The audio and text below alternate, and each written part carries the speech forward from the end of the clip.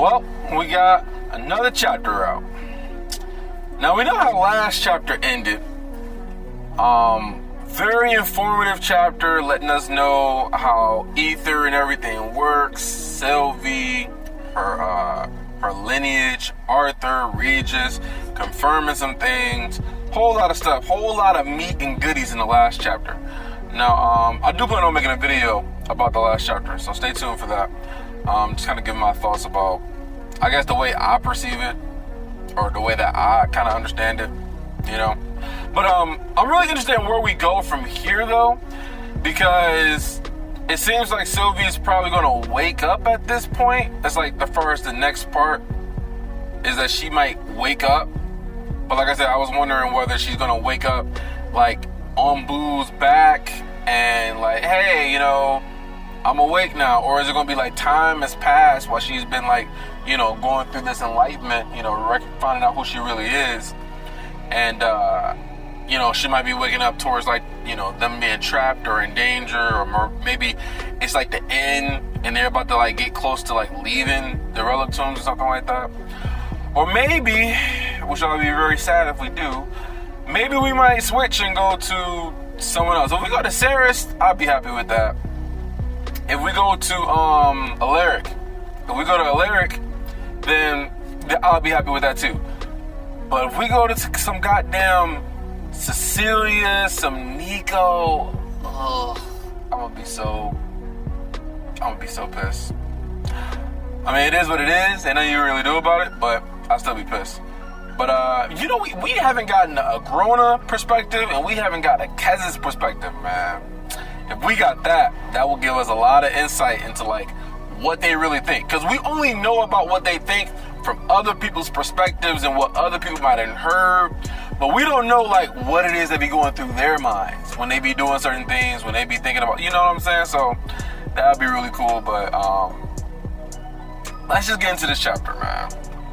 So, a broken path. Broken path. I don't really know what that means. Maybe it has something to do with your ether path. Maybe something's broken. Maybe Sylvie fucked up on something. I'm not really sure. So, yeah, I'm not really sure. But let's see what happens. All right, broken path. Chapter 436 is where we at. 25 to 32 minutes. Is that like 25, 30? Is that like, see, let me just read. I'll probably, see, the questions I'll be asking, I'll probably get that shit answered as I keep reading. So, let's go to it. A dark shape passed between the enormous limbs of the endlessly climbing trees. So, we are continuing, happy about that. A dark shape passed between the enormous limbs of endlessly climbing trees. The movement was too fast and the cover too dense for me to make out any details. This must be Ellie. Or maybe, I don't know, maybe somebody else. Even with realm, oh, that's Arthur. Fucking stupid. I'm just like, you're not making details. Maybe you're just like a noob or something. But anyway, the movement was too fast and the cover too dense for me to make out any details. Even with Realm Heart active, I could sense neither mana nor ether from the shadow. That's weird. He can't sense any mana or ether. Like, he always can sense ether, especially in the relic tombs. He, like, everything is made from ether, so he could always sense ether, but he can't sense ether or mana, so that's new. I'm still wondering, are they in the relic tombs or are they somewhere else since going through the little, the artifact portal? Because you know what I'm just thinking about? Because what I said before, I was kind of talking about it when I was reading the chapter live, was that the reason that Sylvie is able to go into the relic tombs and not be pushed back is because she's changeable. She's not like the rest of the Asuras who grew up the way they did. But why is Chul able to go through? Now, the only reason I can think that Chul is able to go through is because he's half Asura, half Jinn. So that's the reason why he can go through. The same way like Arthur's like half dragon, half human, half Arthur, half Sylvie. So like, that's like the reason. But then again, based off of the last chapter, we're now kind of understanding, at least from me, I'm trying to understand. I kind of, based off of what Sylvie's saying, Sylvie's now half Sylvie, half Arthur. You know, because she looks more like Arthur now, so that's what we're getting. Like, she's half Sylvie, half Arthur, so she's not full Asura anymore. Same way that Arthur's not fully Asura. She's not full of human, so, you know, that's what I'm thinking. Because she said that the reason that she was able to get insight is because she's changeable. She's not changed. So maybe her being changeable doesn't have anything to do with being able to enter the Relic Tombs. Maybe the reason she's able to enter the Relic Tombs is not because of that at all. It's because of the fact that she's half Asura, half human. And Chul is half human or half Jinn, half Asura. So maybe that's the reason why she can enter. It has nothing to do with her being changeable. I don't know, but that's kind of what I'm thinking now. But let me continue to read. So the movement was too fast for the cover. The cover too dense for me to make out any details. Even with Realm Heart active, I could sense neither mana nor ether from the shadow. In the brief moment I was able to see it. What was that? Ellie asked, her voice high pitched with nervous tension. We need to get moving, I said, searching our surroundings for any hint of the passing shadow or the way forward. The roots snaked through the water like winding paths, most wide enough to support a beast-drawn carriage. A beast-drawn carriage? These roots are that thick? God damn, that's crazy. The water through which they grew was so clear that it disguised its depth, creating an optical illusion that made the mossy stones of the lake floor seem only inches below the surface. Wow, that's crazy. So the water's so clear that you can't even tell how deep it is because it's like a mirror, it's like a reflection.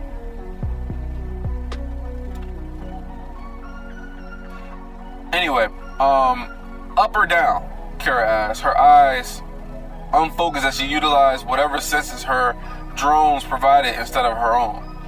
The branches are wide enough to navigate easily, even for your bear, and more densely woven together than the roots. I glanced at Sylvie, who was lying stiffly across Boo's back, shrouded in my armor. Ellie, so I'm guessing this is like 25 to 32 minutes before she wakes up, maybe? Like what they're going through before she wakes up. So maybe she wakes up 25 to 32 minutes after this all happens. That's kind of what I'm thinking now, but who knows? So I glanced at Sylvie, who was lying stiffly across Boo's back, shrouded in my armor. Ellie had one hand on her protectively. That's risky. If we're attacked, any of us could be knocked off one of those branches. Hey, Chulio. Who the hell is Chulio? Are they really calling this man Chulio? Hey, Chulio. As half a phoenix, what happens when you transform? Do you only get one wing? Is this Regis? Because that's the only reason I can think I said is this is funny as hell. Do you only get one wing, or do you just get the beak and tail? Regis asked teasingly. That's funny. I get no such sproutings from my buttocks. I can transform fully, but it's difficult to maintain such a form, Chul admitted. Apparently, healers of Regis' quip. Yeah, Regis, Chul don't even care. He don't even care about her at all. That's funny. Ellie conjured a band of mana that wrapped around, it's just like a pure mana band? I didn't even know she could do, well, that makes sense. She can make fucking figures and shit. She conjured a band of mana that wrapped around Boo and Sylvie, holding my bond. So you literally just use her mana instead of rope. She probably made that shit explode too. So a band of mana that wrapped around Boo and Sylvie, holding my bond down. When that was done, 3 orbs of bright mana appeared and silently circled her right hand. The sweat beating her brow and the tight grimace across her face said everything I was already thinking. With both Chul and Sylvie present, Chul and Sylvie, man. This zone will be harder than anything we faced on our last descent. Yeah, bruh.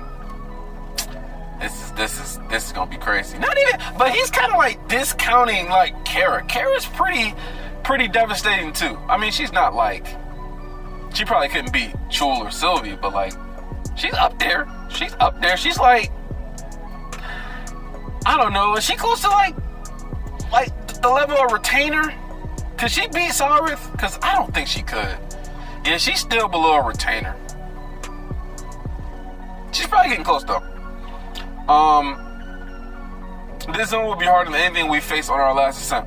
Chul, lead the way. I indicated a nearby route that we could easily climb on and use to cross the water. The roots are thicker in that direction. Chul marched to the edge of the small island we stood on. He marched to the edge of the small island we stood on and jumped casually onto the root, the top of which protruded 6 feet out of the water. He landed with unexpected grace for one of his size, looked around, and then extended his hand back to help up the next person. Just as Kara reached for his hand, a dark blur streaked from the shadows, and Chul vanished within it. Look at this shit, man. What the hell? So they jumping across, and then Kara's like about to take his hand, and then Chul just vanishes from some dark blur. Kara leaped back, narrowly avoiding a pair of long tails that scythed behind the speeding beast. Man. So this is some sort of, man. Okay. In a blink of an eye, the blurred shape had wheeled away from us. Man, how is Chul just getting taken though? Like, I thought maybe like Kara could get taken, maybe Ellie gets taken and Arthur starts losing his shit. But Chul though? I mean, he's gotta be alright. The web of oversized limbs above us. Wait, we'll go back. Skirting the top of the water before pulling upward and rising into the web of oversized limbs above us. I channeled ether into God's step, and the third pathways lit up before my eyes. The path spread out from me like violet lightning, connecting each point to every other, but only for 15 feet. The pathways simply cut off, and those directly around me severed from the pathways everywhere else. And those directly around me severed from the paths everywhere else. So, I don't know what his original distance is, but it's fucking, like, extremely far now. But for it to cut off within 16 feet, I wonder what does that mean? Is this something that has to do with the beast ability? Or maybe just the area? The pathway simply cut off, and those directly around me severed from the paths everywhere else. Both sets constantly in flux as they shifted and distorted but never reconnected. So the paths that's directly in front of him, see. So yeah, so the pathways around him and the pathways that's in front of him, both sets constantly in flux as they shifted and distorted but never reconnected. A surge of energy from Sylvia was enough to explain exactly what was happening. A surge of energy from Sylvia was enough to explain exactly what was happening. Black bolts of fire cut across the shadowy forest as I realized the God room. Wait, released. See? I'm catching it though. I'm catching my screw ups though. I said realized. As I released the God room, Kara's shots missed, trailing after what I could now tell was a diamond-shaped creature. A diamond-shaped creature with dusky flesh. What the hell? It had 2 long whip-like tails, each with a nasty barb around, or a barb growing from the end. Despite its enormous bulk, its wingspan was as wide as Sylvie's in her dragon form. It swam through the air with greater speed than any fish in the water. That's fast. It's like swimming in the air. Regis' attention focused on the flying creature. An amused scoff ringing in my mind. Looks like Spicy Chicken doesn't agree with the demonic manta ray? Looks like Spicy Chicken doesn't agree with the demonic manta ray.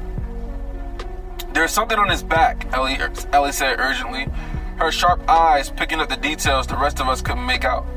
I think it's slowing down. Imbuing my vision with ether, I could make out the glossy red patch against his black hide. Is that Chul? As I watched, the creature began to glow from within, its flight becoming erratic as the wing-like protrusions wobbled. The indistinct red shape separated, vanishing into the water. So maybe Chul fell off?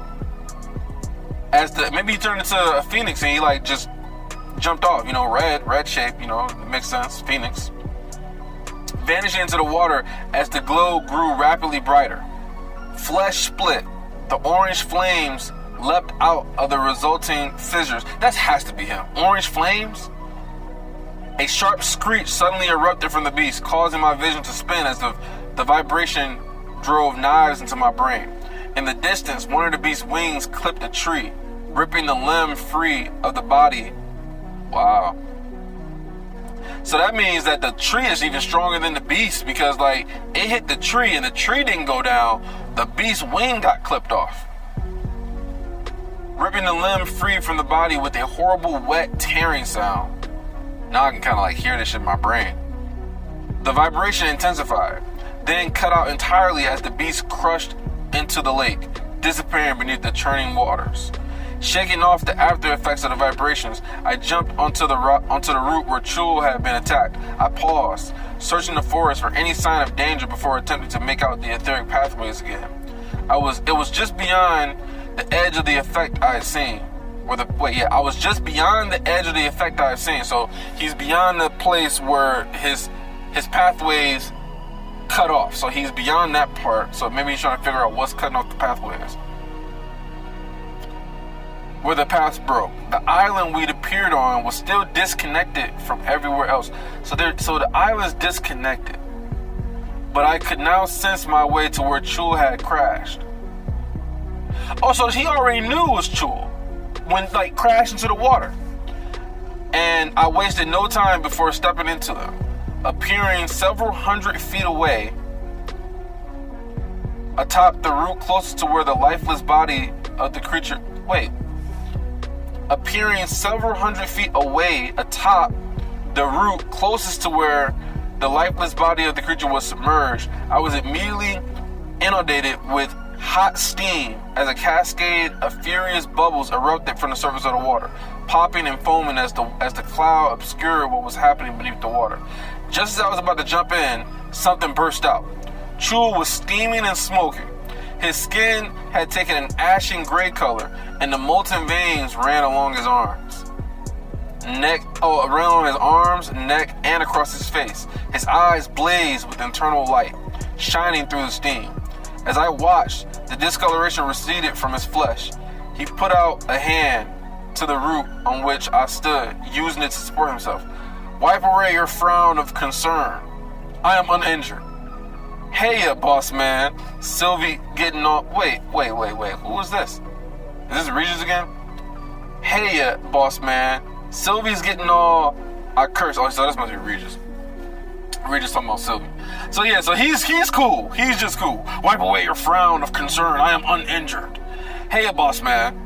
Sylvie's getting all... I curse, suddenly sensing the chaotic influx of ether beginning to surge against the relic armor, leaking out and clawing at the air. I've been too tuned into the monster and completely lost my focus on containing the etheric spell. Grabbing Chul, I godstepped as close as I could to the others. The space inside the sphere of broken paths was growing... Wait. Grabbing Chul, I godstepped as close as I could to the others. So he couldn't godstep as far as he could the first time, because he godstepped to get there. So he can't godstep as far as he did to get there. So maybe Sylvie's the one that's interfering with the path, maybe? The space inside the sphere of broken paths was growing rapidly, and around them, concentrating on Sylvie. Wait. Let me reread this for a second, because I think I'm messing up. The space inside the broken sphere. The space inside the sphere of broken paths was growing rapidly, and the atmospheric ether was thick around them. Concentrating on Sylvie, I pushed the spell back down until it was once again fully housed within the relic armor. This seems like it might be just a little bit of a problem, Regis said. Kara's cheeks paled as she searched the surrounding forest, her sword clutched tight in both hands. I never sensed a thing from that creature, only caught hints of his movement from my relic. Could anyone else feel his mana? Ellie shook her head. Beneath her, Boo growled in frustration. I sensed this maw when it closed around me, Chul said, his weapon tossed casually over one shoulder. Still, it died easily enough. From the disbelieving expression on Kara's face, I knew what she was thinking.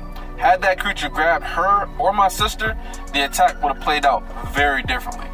Yeah, bro, man. Chul, Regis, even Arthur, man. Like, they on a different level. They on a different level. Okay, so I wonder what this goes. Like, is Sylvie gonna wake up at some point? So yeah, so he said he sensed them all around them, and still it died easily enough. So yeah, from the disbelieving expression on Kara's face, I knew, from what she was thinking, had that creature grabbed her or my sister, the attack would have played out very differently. There was a shift in the mana around Ellie. Her eyes dilated dramatically. She leaned toward Chul and sniffed. They may not give off a mana signature, but there is a distinct scent to them. Oily and ew, gross. Like decayed fish. It's kind of overpowering. Should be enough to tell me when one is around. I do not see any reason for worry, Chul said with a shrug. I easily destroyed the Sky Ray. If little sister can sniff them out from the stench left on my flesh, then we won't be taken by surprise again. Chul is very straightforward. This man is very, I say simple, but he's just very straightforward with everything. Like you crack jokes and stuff and you try to be sarcastic and have little quips. He just it don't mean anything.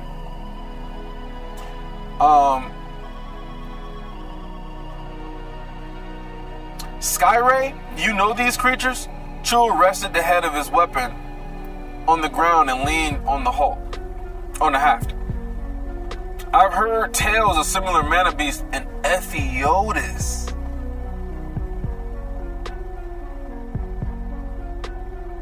Could they be in Ephiodus? Remember, I said that I don't know if this is the relic tomb. I've been saying this shit. I'm just like, is this the relic tombs? I've heard tales of similar mana beasts in Ephiodus. The Abysmal Skyray is an unparalleled predator. Its mana control so perfect. Oh, so that's why you can't sense anything, because their mana control is so perfect. It's like the same thing they always do with Arthur. Like, his control is so perfect. I think Arthur said the same thing. Like, he couldn't even sense Kez's mana because he perfectly controlled it like that. I've heard tales of similar mana beasts in Ephiodus. The Abysmal Skyray is an unparalleled predator. Its mana control is so perfect and its wings so swift that even Phoenix hunters were sometimes taken unaware. Abysmal Skyray, huh? Regis asked with a snort, a little dramatic. Does it really matter what it's called? Kara said, her neck on a swivel as she watched the trees. What is our plan for getting through this zone with our lives? The roots are too exposed, I said, thinking out loud. Down at water level, the roots stuck out, growing around each other in an intricate web. Above the branches of the giant tree at least had foliage to offer us some cover. It seemed likely that these predators used them to stay out of sight while watching for anything that moved along the roots below. I could only hope we might be able to do the same. Kara followed the line of my gaze. Do you think we could get above where those creatures hunt with your ability to teleport? We could climb for miles with relative ease. Wait, who said that? Oh yeah, we could climb for miles with relative ease. Listen to her speaking. That's not so simple. I rubbed the back of my neck. Anytime I take my mind off Sylvie, her power surges unpredictably. So now he's got a nerf. Okay. I mean, we kind of already knew that, but I'm just kind of saying. Which only puts us in more danger. Oh, I can solve this easily. Chul lifted. Is he gonna throw her? Bruh, Is he gonna throw her? That would be so crazy if this motherfucker throws her. Like, oh, I can solve this easily. Come here. And just tosses her ass all the way up to the top of the tree, man. That would be crazy. Oh, I can solve this easily. Chul lifted Kara like a child, set her on boob. Wait. He lifted Kara like a child and set her on boob behind Ellie. Kara froze, holding her breath until it was over, then released it with a gust. Please do not do that again, she said stiffly as she adjusted her seat on the bear, looking incredibly uncomfortable. Alright, so he's either gonna, I don't think he's gonna throw him. That would be fucking crazy. Maybe he's gonna fly them there, I guess, maybe. I mean, he said that he can't maintain the form for very long, but maybe he can maintain the form long enough to fly up to the top. So please do not do that again, she said stiffly, as she adjusted her seat on the bear, looking incredibly uncomfortable. Chul's confusion was clear, but he only shrugged. Hold on to the beast. Kneeling, Chul reached beneath Boo and scooped the guardian bear.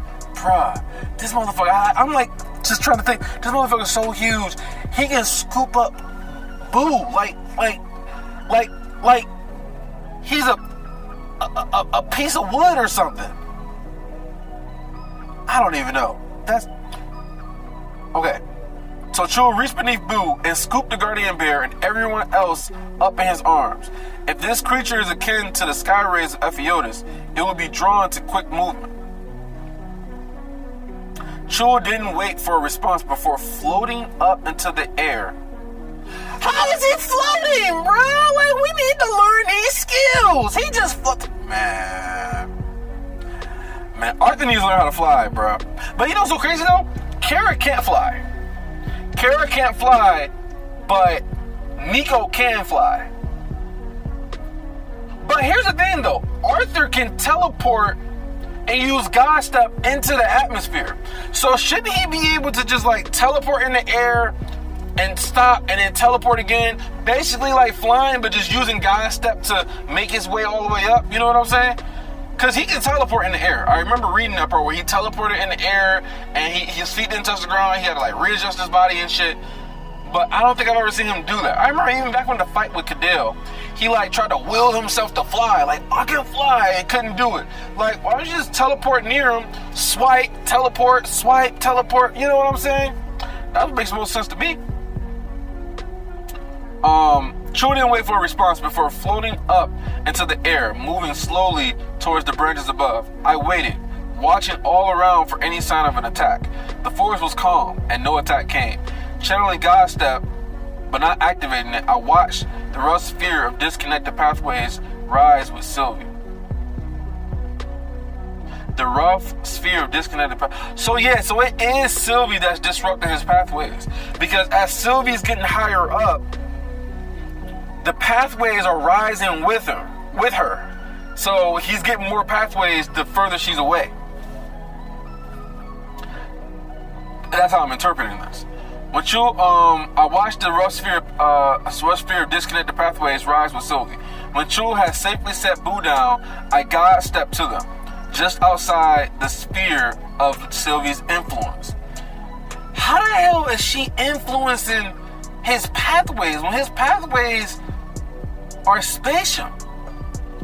Like, I can understand if she's influenced something with Avon, but spatial though? That's crazy.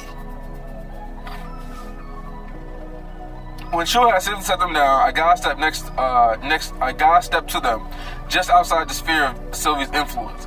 And even the instant it took to do so, her spell lashed out, making my companion stutter like a graphical glitch in an old Earth video game. I clamped down. That's crazy. So he literally can't even God step without focusing on that on the armor. So I clamped down on my control over the effect, and everyone stabilized. Kara quickly slid off Boo's back, and I caught the glint of silver as our drones moved closer. I don't sense any movement nearby. Waving to the others, I pointed along the branch. It was wide enough for 20 soldiers to march side by side before curving steeply down at the edges. These branches are huge. Showing no hesitation, Chul led the way. We moved cautiously, both to avoid creating noise or sudden movements that might draw attention and keep our footing on the rough back. I walked next to Boo, while Kara stayed between me and Chul. So he walked next to Boo, and Kara stayed between him and Chul. Was between him and Chul? Oh, okay, gotcha. So it's Arthur, Kara, and then Chul. And then Boo and Ellie is on his right side, or on his side. Okay. And then Regis is probably somewhere else. Progress was slow and the mood tense. My focus was split between concentrating on containing Sylvie's spell, watching for any more sky rays, and searching for a path forward. Kara and Ellie became our primary scouts. My sister's beast will enhanced her senses beyond what I could accomplish with Ether. Is her senses really that much sharper than him? That's why I was noticing, like, she was actually seeing more details than Arthur would have with Ether, or Kara with mana. But Arthur never said anything about like how his Ether enhanced vision was better than his mana enhanced vision. So I guess her senses are really just that good. So yeah, my sister's beast will enhance her senses beyond what I could accomplish with Ether. And Kara's drones let her search all around us for threats and easily reach crossings between branches. We moved outward, away from the tree's trunk, and the branch narrowed slightly as we went. Our first transition to another branch was relatively easy. I chose one that crossed directly below our own, but which would keep us going in relatively the same direction. We were able to hop down to it without incident. Keeping a slow but steady pace, we passed from branch to branch this way for 30 minutes or more without incident. Arthur, the water! Ellie pointed over the edge to a wide stretch of clear lake water. Formless red dots swirled in the lake, too far away to make out any detail. Even as I watched, a diamond-shaped shadow drifted down to the water, and a red speck leapt up onto his back. In moments, the Skyray and its passenger vanished into the forest.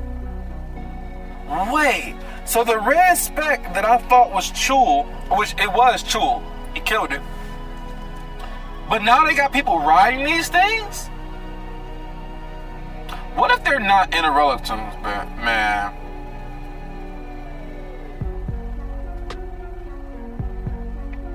So the diamond-shaped shadow drifted down to the water, and a red speck leapt up from his back, or onto his back. In moments, the Skyray and its passenger vanished into the forest. Something was riding it, Ellie said, leaning over the edge of the branch for a better look. It looked okay. This is weird, but it almost looked like a person. Something akin to the sentient being we met in the snowy zone? Kara asked, craning her neck curiously. Wait, something akin to the sentient being we met in the snowy zone? The sentient being. We know about Brokebeak in the Spearbeaks. The sentient being. I don't know, like the creatures? Or is it, I don't know. I don't know what she's talking about. A jolt of concern from Regis. I looked behind us just in time to see another Skyray dive from above. Time seemed to slow, and I watched the shadow Skyray descend foot by foot, inch by inch. So another Skyray's behind them. So it dove. Time seemed to slow, and I watched the shadowy Skyray descend foot by foot, inch by inch. Conjuring it, but he has to pay attention. See, man, this goddamn nerf that he has is really becoming a problem. Is the motherfucker really about to just park right there? That's crazy. Anyway, let me not be so distracted. Conjuring a third blade, I pivoted slightly, correcting my footing on the uneven bark, and I leapt toward the monster. As I did so, its entire forward momentum ceased. That's pretty crazy. Then reversed. Whoa! and it flew back up into the air out of reach. In a blink, it shifted again, changing position without seeming to move, so that it was 10 feet to the left of where it had been. Stranger still, I was back to standing on the branch. Time, which had been nearly at a standstill, rushed forward so... Bruh, what is going on? He said time seemed to go by in slow motion or whatever.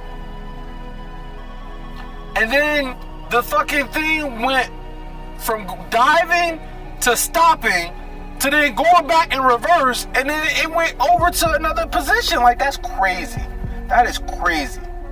Time, which had been nearly at a standstill, rushed forward so fast I couldn't react to the sky ray's approach, not even to warn the others. It struck our branch head first, its body splintering and gushing blood from the force. What the hell? So it's even like harming itself trying to hit the branch? The branch shook so fiercely, I stumbled to one knee, my sense of balance already thrown off by being whipped back and forth. I don't know what that is.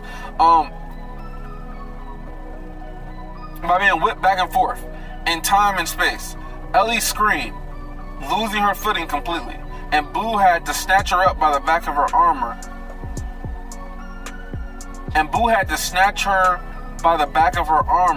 So she dangled from his jaws like a cub. Kara stumbled forward, and it looked like she was going to fall off the branch, but her foot pressed against solid air, and she shoved her. When the hell could they make like footholds in the air? So can she fucking start, what is it called? Skywalking? Bruh. Can she skywalk like Sanji now? But her foot pressed against solid air. Man, they really coming up with some new abilities I didn't even know she had. She's never displayed any of this. And she shoved herself back onto a more stable footing. Beside her, Chul had spun and brandished his weapon, but he could only blink in bewilderment at the sky ray's ruined body.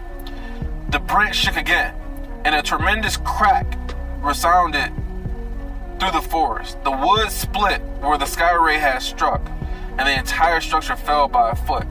Boo dug in his claws and hunkered low to the bark.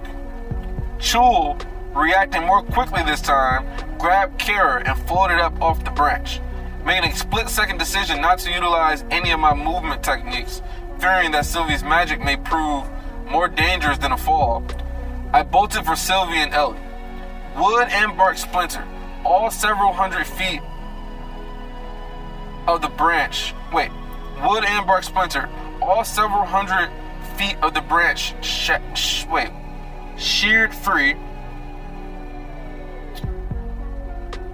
I think that's how you say that word.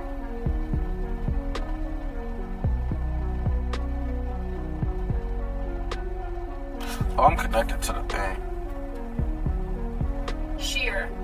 Yeah, sheared free. I'm like, what the hell? Anyway, sheared free and fell, and we fell along with it. I could only just make out Kara and Chul flying above us before my body twisted away.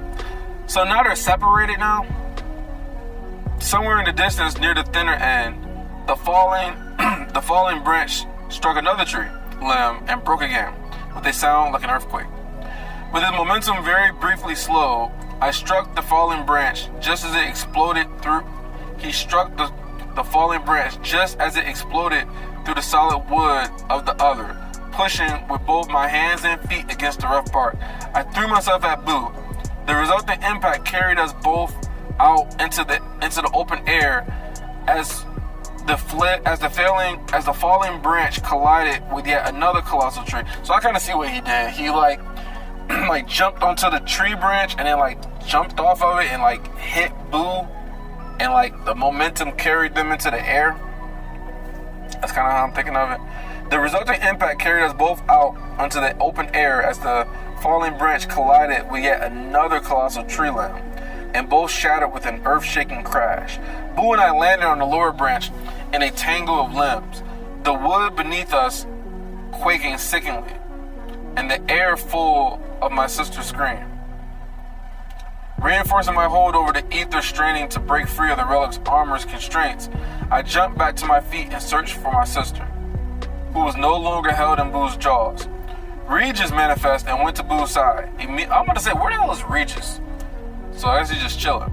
Regis manifested and went to Boo's side, immediately on guard for any creatures that might be drawn by the noise. Ellie was dangling from a visible tether of mana beneath the broken branch I was standing on. Splintered wood still raining down around her. Far below her, the two titanic branches crashed onto the lake with enough force to shake the very foundations of the skyscraper trees.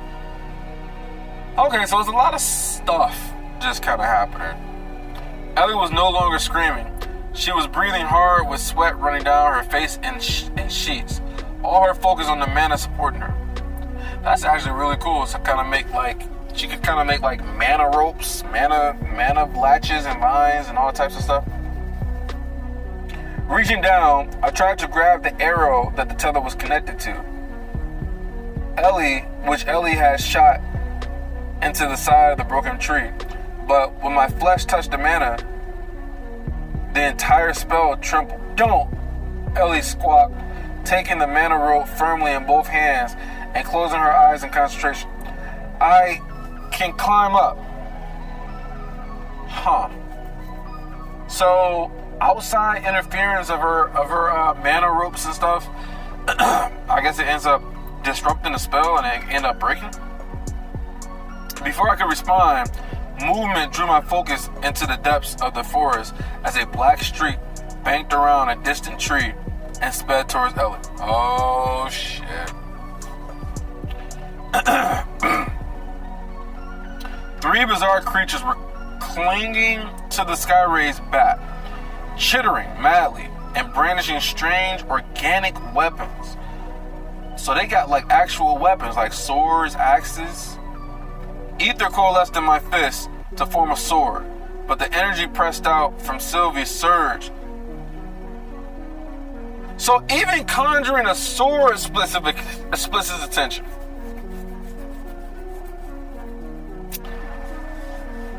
Another nerf. So he can't god step and he can't make his swords. Beams of black fire lance down from a higher branch. Oh, that's Kara, right? Beams of black fire lance down from a higher branch. Two burned across the Skyray's back, making his flesh bubble and swell like a sky forming. The third one hit one of the creatures in the chest and it sent it tumbling into the open air and down toward the waters below, still churning from the wreckage of fallen branches. Sparing a quick glance, I saw Kara press flat against the trunk of a neighboring tree, her sword out, but focused entirely on controlling the drones. Chu was facing a second Skyray. Man, so they got just multiple of these Skyrays. Chu was facing the second Skyray as the creature wheeled above. Behind me, Boo moaned in despair, dancing back and forth as he peered over the edge in the direction Ellie was currently crawling, hand over hand up the mana tether. Regis suddenly bolted past me and leaped off the broken branch. His body swelled outward, the flames becoming jagged. His fur, like sharpened spikes, and wings sprouted from his back. He collided with the Skyray and destruction leapt from his jaws and he tore into it midair. It felt as dozens of knife-like legs, which ran in rows along the Skyray's belly, cut and slashed at his hardened hide. It felt like dozens of knife-like legs. Wow, so they got like these, like, I don't know, sharp, like, kind of like how, like on a cat's tongue, but it's on like the body of the Skyrays, kind of like maybe needles almost. But he said it was like legs, knife-like knives maybe, which ran along the Skyray's belly, cut and slashed at his hardened hide, but only in the same vague way the pain reaches his brain through the influence of destruction. Okay, Ellie reached the point where her mana arrow stuck out from the broken branch and I got a handhold in the bark. I grabbed her by the back of her armor and lifted her easily onto the solid ground, or at least the closest proximity to solid ground we had. she wasted no time in dismissing her spell and taking cover at Boo's side. Regis and the Skyray were plummeting toward the lake hundreds of feet below. One of the creatures clinging to his back was thrusting a 3-pronged spear at my companion. So they got spears. Each impact like the sting of a bee, but the other was no longer visible. Until a moment later, when I clambered up the side of the branch we were standing on, giving me a first good look at it. Although humanoid in its torso and arms, a wide, flat tail covered in interlocked plates made up its bottom half. Like the Skyray, the underside of its tail sprouted dozens of hooked legs that easily gripped the dense bark, letting it skitter across the tree's surface like a termite. Man. Fins grew like wings from his back, and the entire humanoid torso was covered in very fine scales. Clutched in his claws, webbed fingers was a chitinous or a chitinous. Let me see how you say this shit.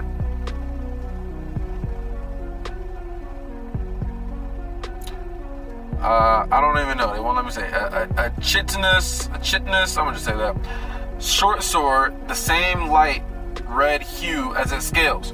4 small eyes glared from above, 2 slitted nostrils in its flat face, and his broad mouth opened in a snarl, revealing rows of needle-like teeth. An arrow zipped past me, striking the crusticent. I can't say this shit. Crusticent. Man, I don't know how to say this shit. The crustacean. That is not even. That's not how that shit's supposed to be spelled. Where's the T-I-O-N? Crustacean. Where's the crustacean? Where's the T-I-O? Man, English. The crustacean creature in the chest. The mana arrow rippled outward, deflected, and then dissipated, failing to damage its target. Caressing my hold on the relic armor and Sylvie within it, I split my focus and sent ether out to my muscles and joints. So he can send ether to his joints, but he can't make the sword and he can't got stuff. That's what we're learning so far. Reinforcing not only my legs and lower body, but my shoulders, chest, and arms as well, if I was fast enough. I stepped forward, utilizing burst step technique to cross the distance between me and the creature in an instant. At the same time, ether flowed up my spine and through my shoulders, down my arms, and into my forearms, wrists, and knuckles. At each muscle and joint, the ether combust in a perfectly timed burst. Each driving my strike forward with an exponentially growing amount of speed and force. The mer creature's upper body came apart in a gory red spray as my fist collided with his sternum, and his lower back stumbled back and forth like a breath before tipping off the side of the branch and spiraling away in the distance. Okay, let me just so they're just fighting at this point. It's got Skyrays, you got these weird humanoid-like creatures with like armor, and they got spears and shit. But it don't seem like they're very difficult to defeat. It's mostly just trying to dealing with the environment. Despite my best effort, my ironclad grip on Sylvie's spell slipped. From the corner of my eye, I saw Ellie and Boo stutter, and the arrow conjured against Ellie's bowstring exploded, and she was lifted off the ground and slammed into Boo's side. I sprinted to catch her before she fell. She was shaking and staring down at her arm in shock.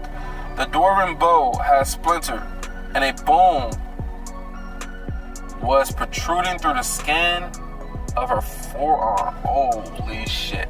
So was this from her explosion from her arrow? I saw Ellie and Boo stutter, and the arrow conjured against Ellie's bowstring. Oh, so her arrow that she has on her bowstring, about to get ready to shoot another arrow, exploded like right in her hand, and she was lifted off the ground and stunned against Boo's side. And then he was staring down at her arm in shock. The dwarven bow had splintered, and a bone was protruding through the skin of her forearm. So maybe Ellie can heal. It wouldn't surprise me if she can heal. Or maybe she has like a healing spell from her mom. Remember like the glove that Arthur had? I don't think she's like in any real danger. They had to have taken some precautions before they went with her. And a bone was protruding through the skin of her forearm. Elle, she pushed against my chest with her good hand and took a halting step away. Give me some room to breathe, Art. Mana wrapped around her forearm before tightening like a splint. Ellie gave an agonized cry. Bro, she's a warrior, bro. So listen, here's what I'm gonna say, all right? Listen, I've been rereading book 8 and book 9. So when Arthur woke up in the Relic Tombs, and also I'm at the part where Arthur's in school, he's teaching the classes, whatever. But I guess I kind of forgot all the shit that Ellie went through. Like even her going and fighting with Tessia and killing, I think it's Bilal is the name, is one of the retainers. His brother ended up killing his brother, and then Tessia ended up killing the retainer, Bilal, and just all the shit that she kind of went through. And like, man, she had like a bunch of courage. How once Tessia got captured, she didn't immediately go back. She went in disguise as one of the Elacrians, and like she tried to save the elves before Aldir's world eater technique, and like how nobody else could move, but Ellie was the one that was moving and stuff. And you know, just everything she's been through, like she's been like tough as hell. You know, like the shit that happened with her in the cave with the little creature with the tongue that she needed for Renia, and like she let herself get hurt, or she gets hurt, and she kind of can tell. She's really like a soldier, man. Like, that's crazy. She literally like give me some room to breathe. Got that man up, strapped it on, put that on there, like, all right, I'm good, let's go, Arthur. Like, man, ooh, man. Anyway, so the door, so she pushed against my chest with her good hand and took a halting step away. Give me some room to breathe, Art. Mana wrapped around her forearm before tightening like a splint. Ellie gave an agonized cry and sagged back against Boo, trembling from head to toe, and the mana sputtered. I ripped free a chunk of bark. Here, bite down on this. I held it up, and she took it between her teeth. Boo rumbled and pressed his nose against her cheek. Wait, what? Ellie gave an agonized cry. Oh, you know what's gonna happen? Boo's gonna take on her injuries. That's what's gonna happen. So Boo's gonna get the injury instead. I think. So Ellie gave an agonized cry. She was trembling from head to toe, and the mana sputtered. I ripped free a chunk of bark. Here, bite down on this. I held it up, and she took it between her teeth. Boo rumbled and pressed his nose against her cheek. Golden light suffused her, traveling down into her chest, and the shaking eased. The conjured splint continued to tighten, forcing the bone back down beneath the skin. With a twist of her arm, she set the broken bones back into place.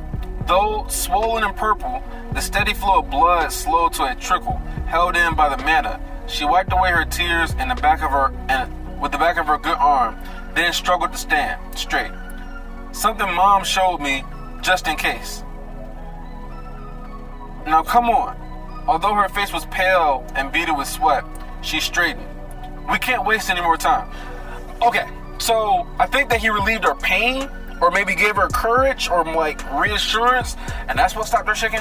See, I thought that he was gonna take her wounds, because that's what Winston said. Winston said that it can, any of her wounds or whatever, she can like give it to like Boo or some shit like that. She said she didn't like that, but she's literally like, all right, something that mom showed me just in case. Now come on, we can't waste any more time. Nodding, I turned away, curling and uncurling my own hand. My arm, from my knuckles to shoulder, twinged with pain. The burst strike technique seemed like a natural extension of burst step, now that my assuring physique could handle the strain, but I'd had precious little time to practice it.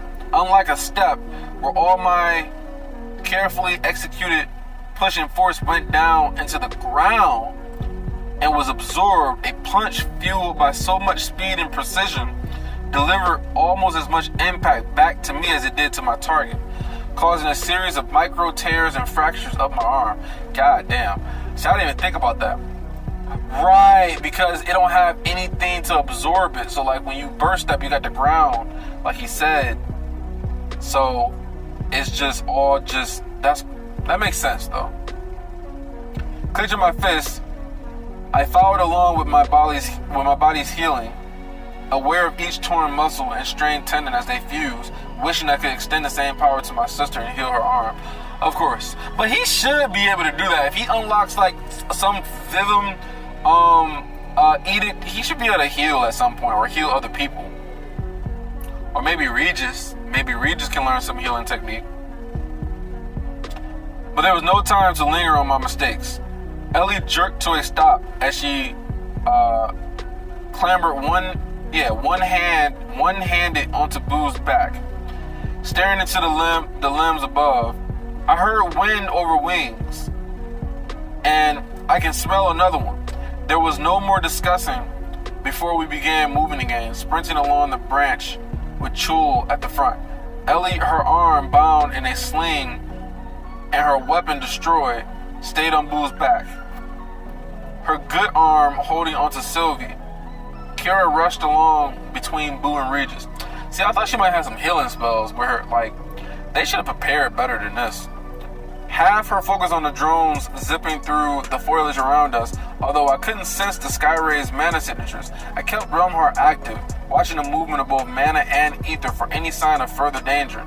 Before we'd even transition to the next branch, a speeding Skyray passed overhead, moving into the direction of the fallen limbs. Thanks to Ellie and Kara's warning, we were able to duck into a thicker patch of sail-sized leaves, letting it vanish behind us.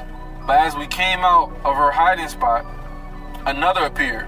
This one with two of the, what did I say that shit was? Crustaceans? What the fuck was that word again?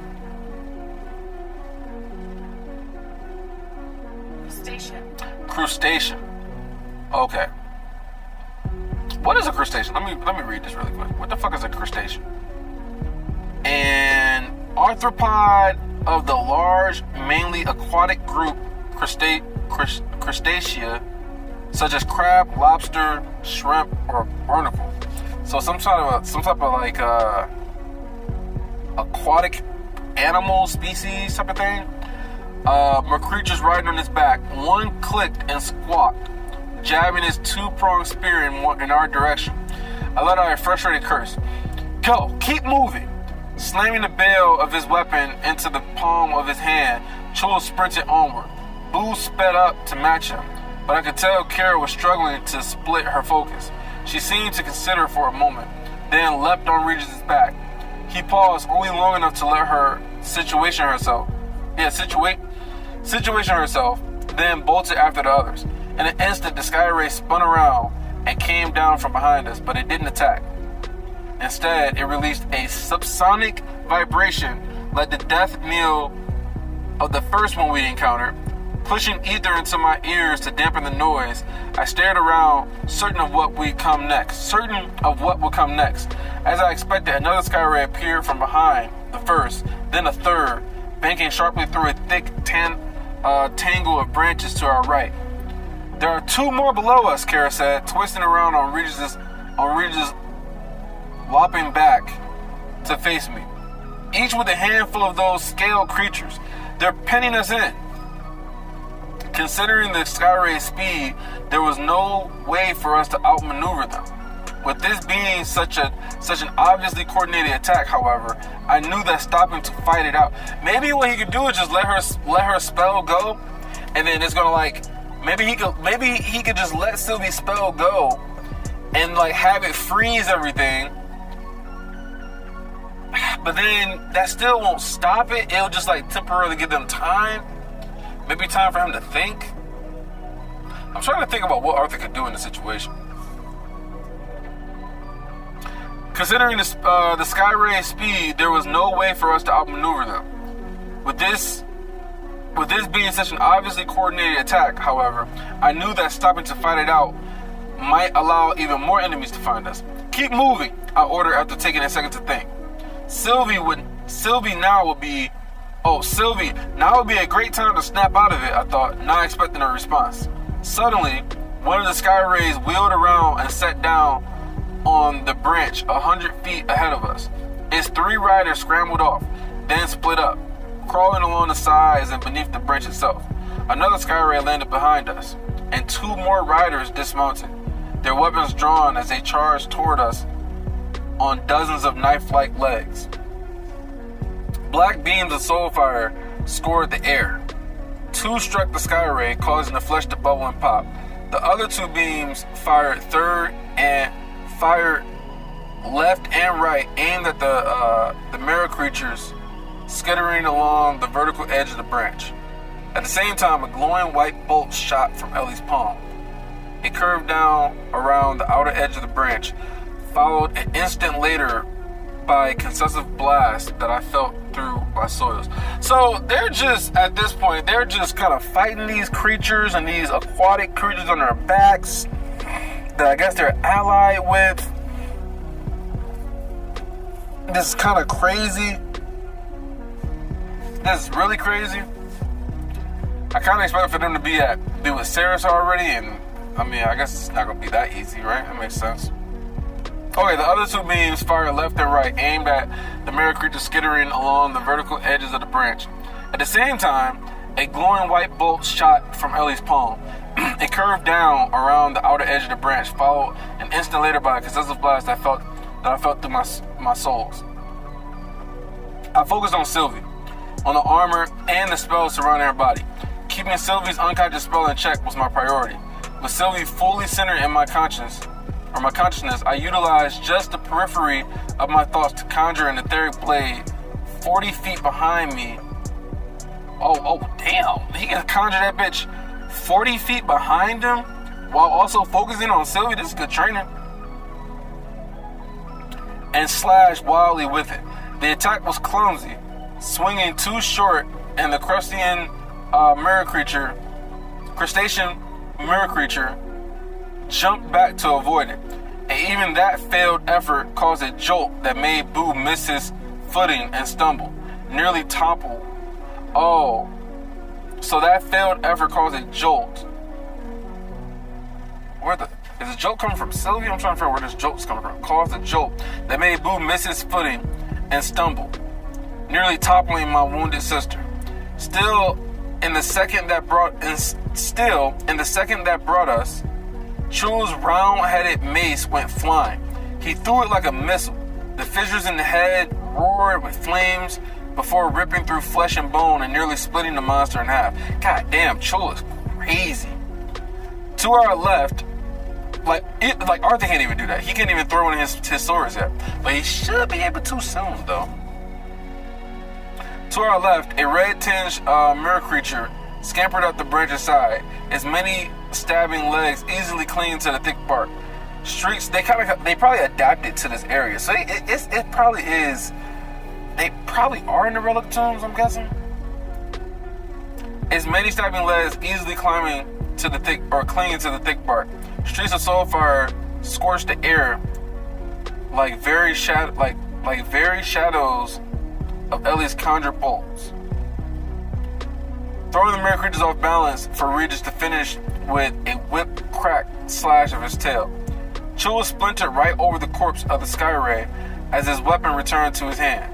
And Boo and Regis kept pace as we continued in his wake. Below us, Ellie shouted, pointing toward the base of a neighboring tree, moving like termites. Dozens of the mirror creatures were rapidly scaling the towering structure.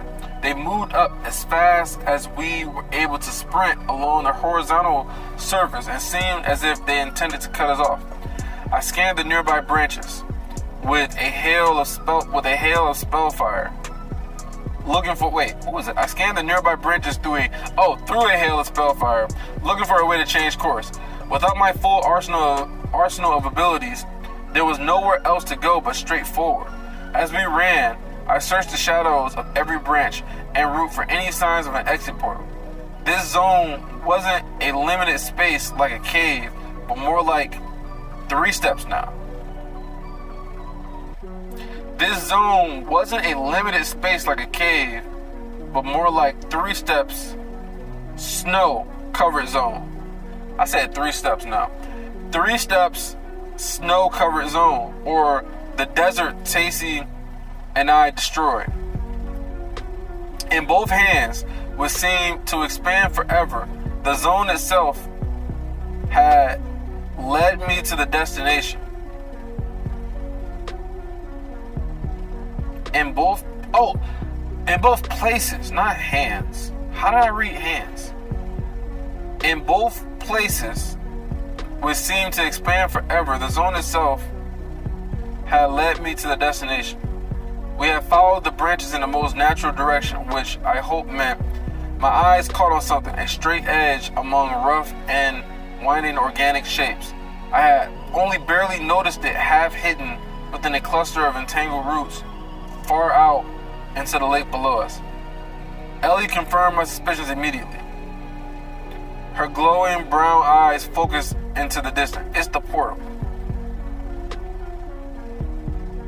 Okay. It's the portal. Okay. This chapter... What do I think about this chapter? This chapter was okay. It didn't really get me excited like I thought it was, but it was okay. It was okay. I don't know. I thought more would happen. You got Arthur being nerfed with taking care of Sylvie and stuff, and Ellie got injured. Chul's a badass. Kara's helping out. Regis is helping out. I mean, these creatures, they're dangerous, but they should get out of here. It was alright. I mean, I wonder what this means. I don't know. But I just thought the chapter was okay. Not as exciting as I thought it was going to be, but I thought the chapter was just okay. I guess just let me know what you think about the chapter. I thought it was alright. I thought it was I don't know, my expectations was really really high after the last chapter, so I was kind of expecting Sylvie to wake up, or and I did say that when Sylvie wakes up, it's time going to pass, or they'll be out of the portal, or they're going to be about to get out of the portal, or what's going to happen with her. Maybe she wakes up in the nick of time when something's crazy about to happen, and I don't know, uses Avum to slow down time to save somebody's life. I don't know, some shit like that. I can see it happening. But this chapter was just okay. Shit, I'd probably give this chapter a 6 out of 10. About 6 out of 10. But yeah, that's about it. It's not really too much else to say about this chapter. But I'll just focus on the next chapter. Not the next chapter, but the previous chapter. I'll make a review of that chapter. I ain't gonna make a review of this one. But that's it for me, man. Let me know what you thought about this chapter. Like the video, as always. Appreciate all the likes. And check you guys out in the next one. Appreciate you watching. Peace.